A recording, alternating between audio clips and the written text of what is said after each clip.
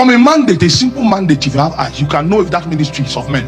You can know if that ministry is of the lust of man. You can know. Because every season and every generation has what God wants to accomplish. From the emphasis of a prophet, you can know if his ministry is of men or is of God. How come you have so much spiritual power, but there is nothing in your ministry that has to do with the current bodies of God? That's why you are now selling miracle handkerchief. Where there is no vision, the people will not only perish. Where there's no vision, there will be merchandise. So the message on Sunday for the next 2 years becomes, who tie my goat? How does who tie my goat strike a chord in eternity? You don't know the labors of God. Africa is no longer under the spell of witchcraft. God raised people like Daddy Idahosa, people like Babalola. God raised them to confront the witchcraft of Africa. Now what Africa is under is deception. So that which must die is no longer a message we need.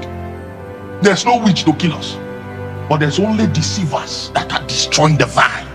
And the Idahosa's ministry of blessed memory was relevant in his days because he was a gatekeeper that defended the honor of God in a generation that was being swept away by magic.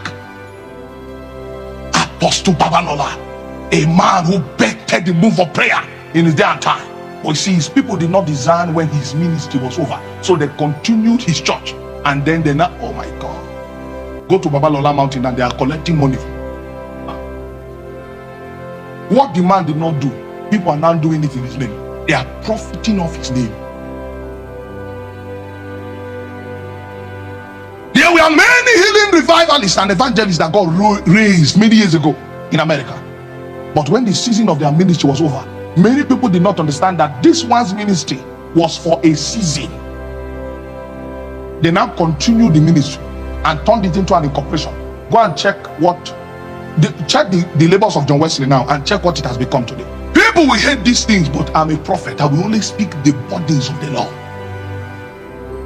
So now for the prophetic ministry, what is the burdens of the Lord?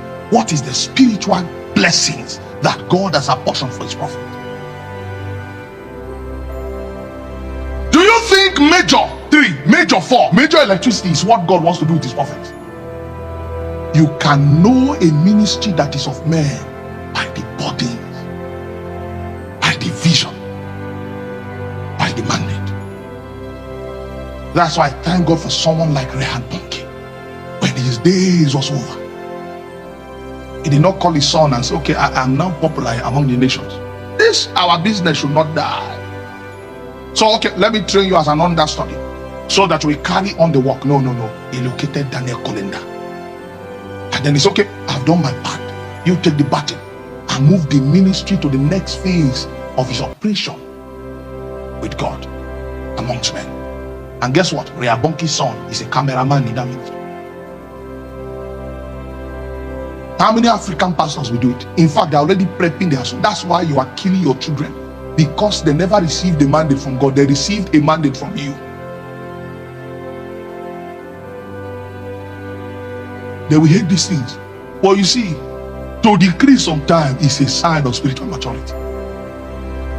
When your work is fulfilled, drop your mic, hand over the ministry, and become an elder we can consult in times of need, as one who has gallantly walked with God. But because of what men will say, they will not drop the mic. Because the man has been taught that your ministry moving from glory to glory is that today you drive 2 jeeps, tomorrow you drive 10 jeeps. Sometimes empty churches are a sign of progress. I will tell you how it's a sign of progress. If we did ministry well and then churches are empty, it means we're actually graduating people from the auditorium to the streets.